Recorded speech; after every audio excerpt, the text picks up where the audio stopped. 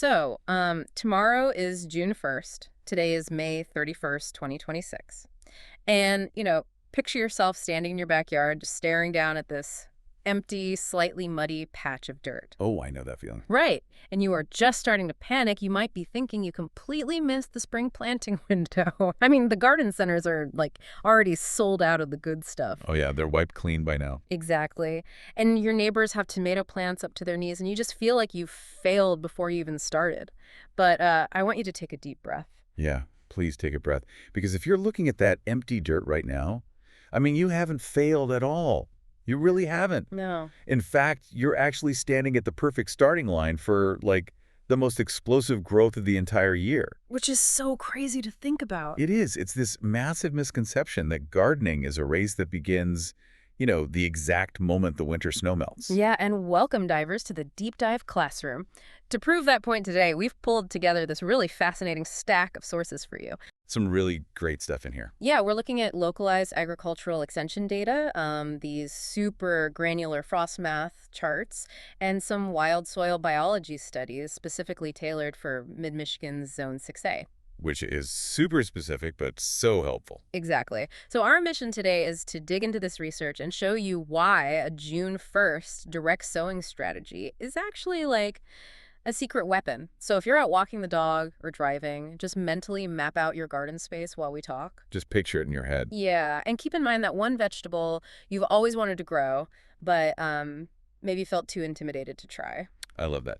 So to understand why tomorrow is a sweet spot and, not a deadline, we really have to look at the invisible clock ticking in your backyard. The invisible clock, I like that. Right. The extension data is very clear about how Zone 6A operates. It doesn't just dictate what perennials can survive a deep freeze over the winter. Right, which is what most people think the zones are for. Exactly. But it actually sets the absolute non-negotiable boundaries of your planting window. Okay, so let's look at the numbers.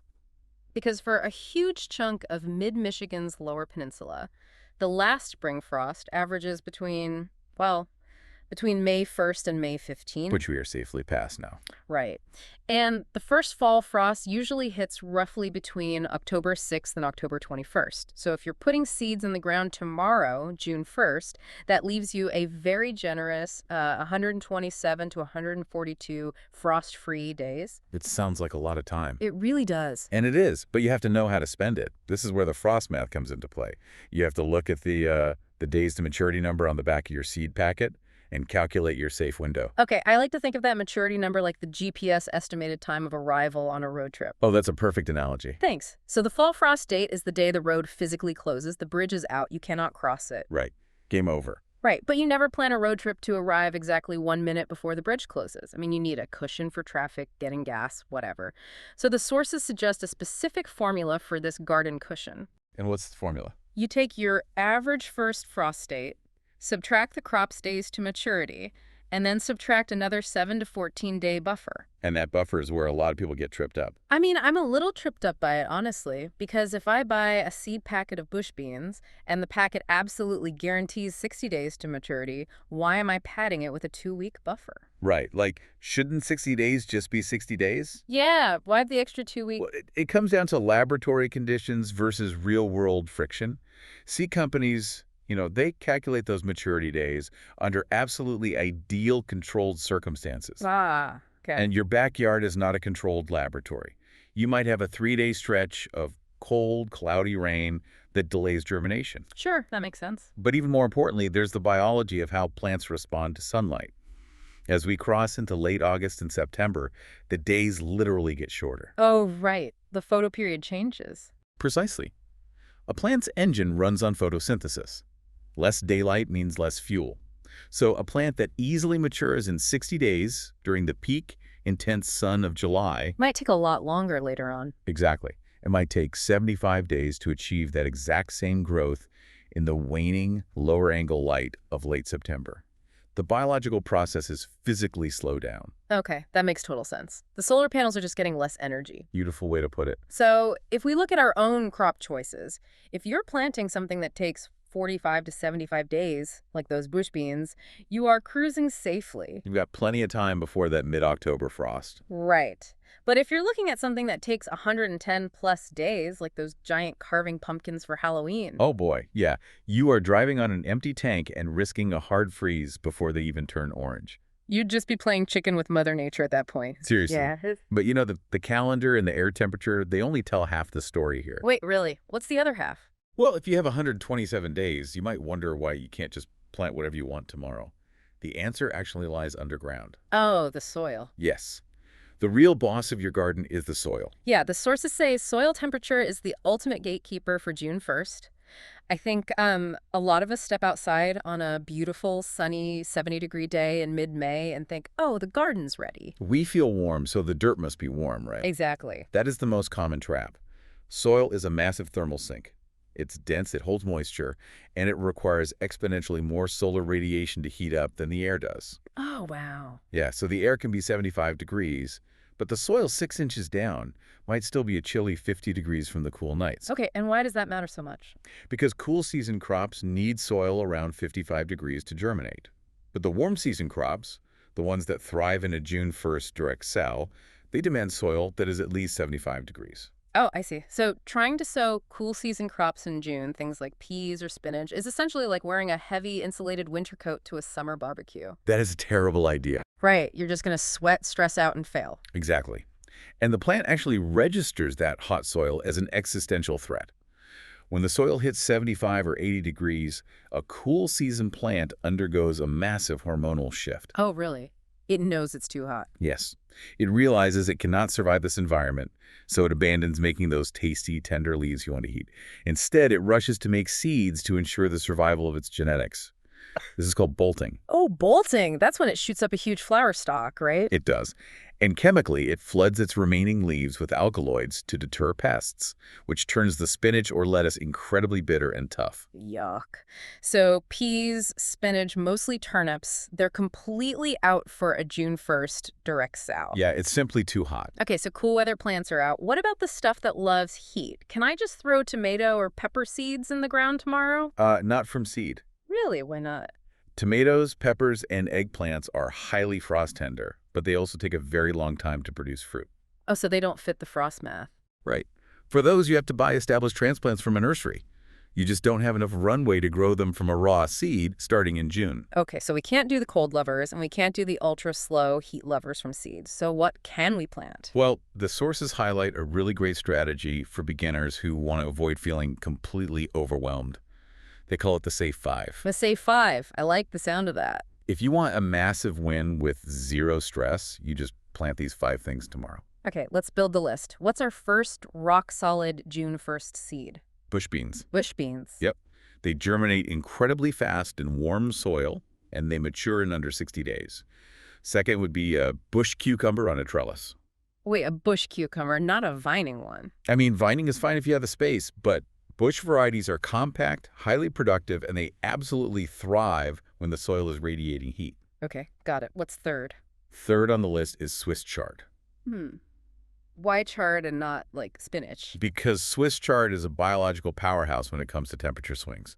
Oh, interesting. Yeah, it gives you that dark, leafy green nutritional profile. But it handles June heat infinitely better than spinach. It won't bolt and turn bitter the moment the sun hits it. Excellent. Okay, fourth is basil. Yes.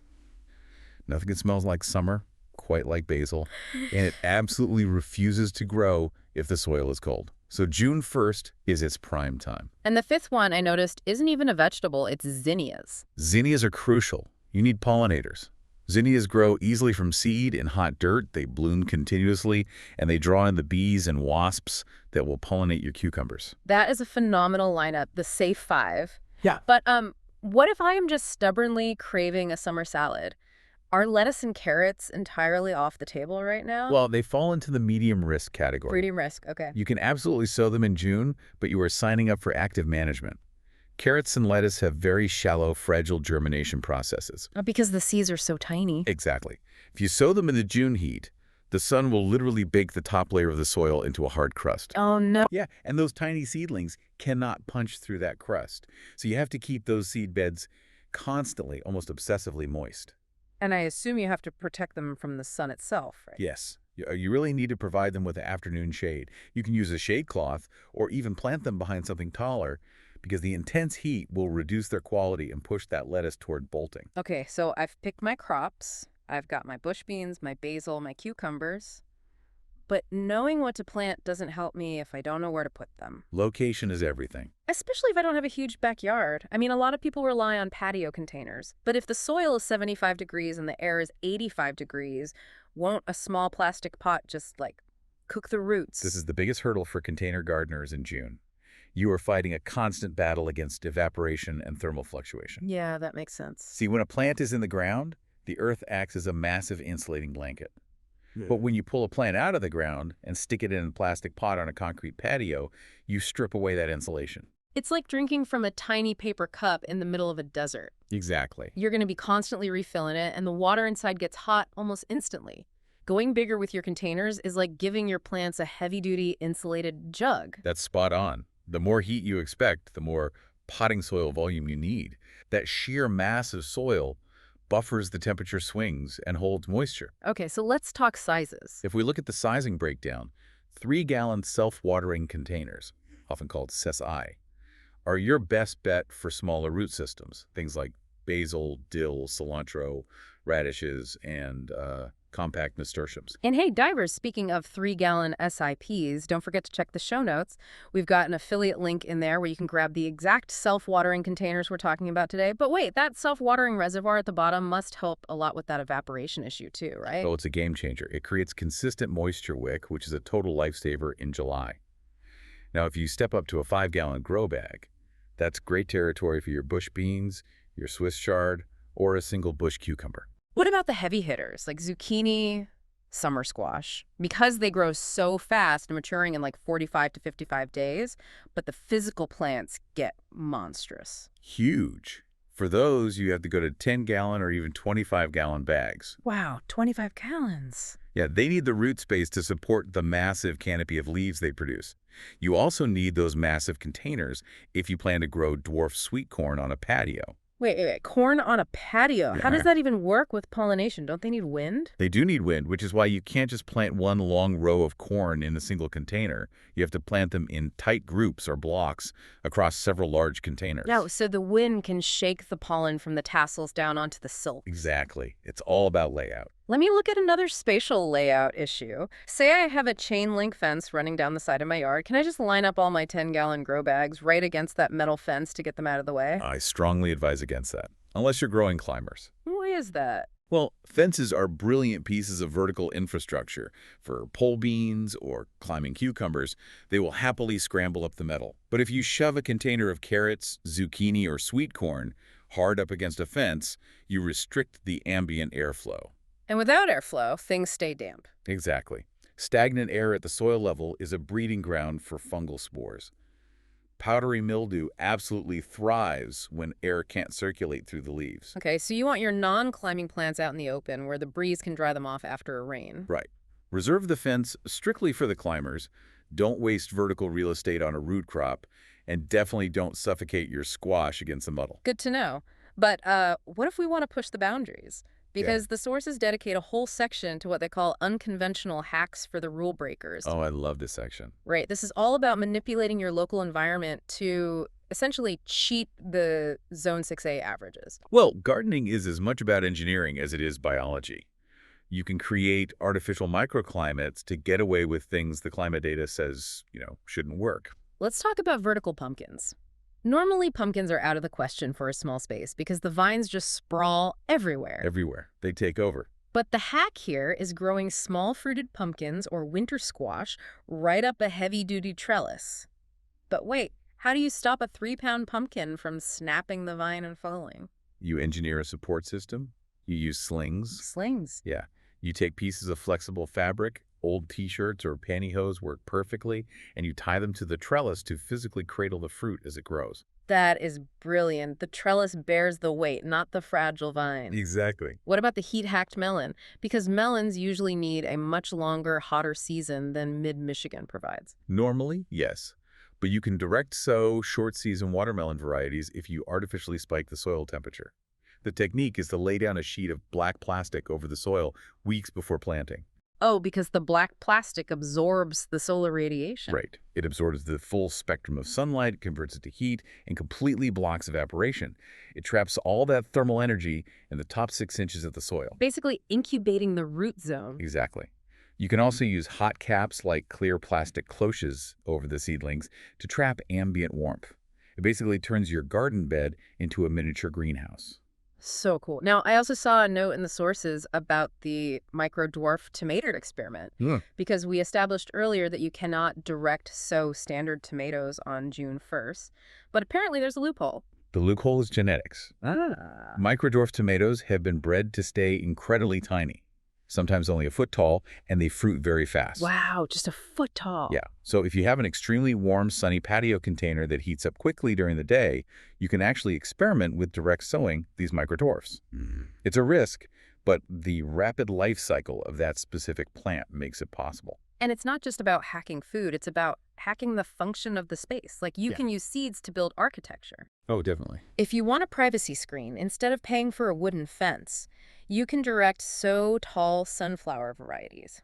They mature in 50 to 65 days and shoot up to create this massive living wall, And you can border that wall with edible flowers, like nasturtiums and calendula. which serve a dual purpose, right? They do. They act as a beautiful visual edge, but they also function as a trap crop. A trap crop. Yeah, pests are often drawn to the bright flowers and pungent oils of nasturtiums, so it actually distracts them away from your valuable vegetables. That's so smart. But I think my favorite hack in the entire stack of research has to be the row marker crop. I call them the scout team. Oh, I know exactly what you're talking about. Because if you plant carrots, they test your patience. They can take up to 21 days just to germinate. It feels like forever. It does. And by the time they finally break the surface, your garden bed is covered in tiny weed sprouts, and it's impossible to tell what is a weed and what is a carrot. It's basically a mechanical problem of weed identification. Exactly. So the hack is to mix radish seeds in with your carrot seeds in the exact same trench. Radishes germinate in just 3 or 4 days. So fast. Right. So suddenly you have this bright green line of radish sprouts showing you exactly where your row is.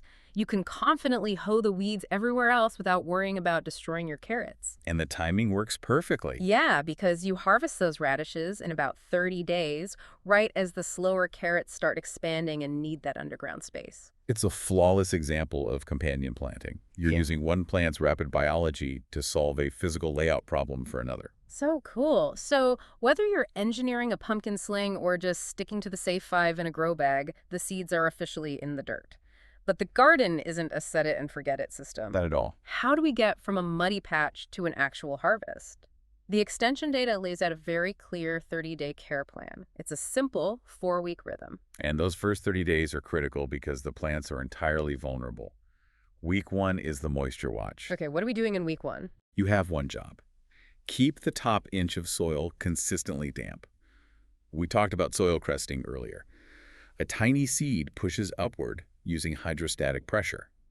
If the soil surface dries into a hard crust, the seed simply doesn't have the mechanical strength to break through, and it dies underground. Oh, man. So for containers, baking in a warm wind, that might mean checking the moisture twice a day? Yes, definitely. Then we move into week 2, which is the thin and mulch phase. And I have to say, this is the part that always feels a little traumatic to me. Oh, I hear that all the time. You have to pull out crowded seedlings. You look at this beautiful, dense row of beets or radishes, and you have to rip half of them out of the ground. It feels like you're destroying your own work. That hesitation is incredibly common. Right. But you have to look at the biology of competition. Okay, how so? If you have 10 beet seedlings crowded into a 2-inch space, their root systems immediately begin intertwining. They are fighting for the exact same limited pool of nitrogen, phosphorus, and water. So none of them get what they need. Right. They will all survive, but they will be severely stunted. You'll end up with 10 leaves and 0 edible roots. Oh, that makes sense. If you don't thin them, you're essentially forcing them to starve together. Thinning is an act of crop preservation. You sacrifice a few to remove the competition, allowing the remaining plants to reach their full biological potential. Wow. Okay, that reframes it completely. I'm saving the crop, not killing it. Exactly. And once they're thinned, you add a light straw mulch to lock in that soil moisture and block new weed seeds from getting light. Then comes week 3, support and scout. This is when the climbers really take off. You need to physically tie up those pole beans and cucumbers to your trellis so they don't flop over into the dirt. And scouting for pests is crucial here, right? Super crucial. The Good. plants are pushing out lush, tender new growth, which is an absolute magnet for aphids and beetles. Catching them in week 3 prevents a total infestation in week 6. That makes a lot of sense. Finally, we hit week 4, the deep water and harvest rhythm. The baseline rule here is 1 inch of water per week, but the sources are very specific about how to water. You have to apply it at the soil level, at the base of the plant. Why is overhead watering such a problem? Overhead watering splashes soil up onto the underside of the leaves, and soil is full of dormant bacterial and fungal pathogens. Oh, never thought of that. Yes, when you splash that dirt onto damp foliage, you are physically transporting disease right to the plant's respiratory system. Watering at the base keeps the canopy dry and healthy. Good tip. And week 4 is also when things start producing. Fast growers like zucchini and bush beans will start offering up fruit. And the rule is, pick promptly. Because the biological goal of the plant is to reproduce. It wants to mature fruit, drop the seeds, and die. Right. If you intercept that process and take the zucchini away while it's young, the plant panics. It panics. It does. Right. It hasn't fulfilled its mission, so it pumps out more flowers to try again. Continual harvesting chemically forces the plant into a loop of continual production. That is so wild. The easiest way to manage all of this, honestly, is to commit to the morning coffee check. Take your coffee out to the yard every morning for those first 14 days. Just a few minutes. Yeah, just touch the soil to check the moisture, look for pests, and stay connected to the ecosystem you're building. If you follow this 30-day rhythm, that bare patch of dirt is going to transform dramatically before July even hits. It really is a profound shift. It is. So let's summarize. If we boil all of this down to the core truths, June 1st is prime real estate for warm season seeds. It is a starting line, not a finish line. Absolutely. If you feel overwhelmed by the options, rely on the safe 5 bush beans, cucumber, Swiss chard, basil, and zinnias. Understand your frost math to ensure you have the runway. Wait for the soil to hit 75 degrees so the seeds don't rot or bolt. Right, and use the largest containers you can source to fight the summer evaporation. Working with the seasonal timing and the biology of the plants, rather than trying to force a cool weather crop to survive in the heat, that is the difference between a stressful chore and a massive, joyful harvest. Definitely. And, I want to leave you with one final thought to mull over as you map out your space today. We've spent this time talking about Zone 6A averages based on broad regional data. Right, the averages? But consider the hyper-local realities of your own yard. Think about that solid brick wall on the south side of your house that radiates heat all night long. Oh, yeah. Or that low, shady depression in the back corner that just seems to trap cold, damp air. You might actually have a tiny pocket of a 6B or 5B microclimate right on your property. So think about it. How might the specific geography of your yard be bending the rules of your zone? That is a great puzzle to solve as you walk your yard today. Well, divers, that wraps up our deep dive into the June 1st direct sowing strategy. Your next step is simple. Get out there tomorrow, look at that patch of dirt, and start planting. Get those hands dirty. And hey, if you loved this lesson, please make sure to like and subscribe to the show. Also, drop your garden reflections, questions, or suggestions for new topics in the comments. And be sure to grab your official Deep Dive Classroom fourth wall merchandise. The link is in the show notes right next to the SIP container link. Lots of good stuff down there. Next time, we'll be exploring the research on maximizing late summer harvests to keep the food production rolling all the way to that first fall frost. Until then, remember that empty space isn't a failure, it's just waiting for the right seed. We'll see you next time.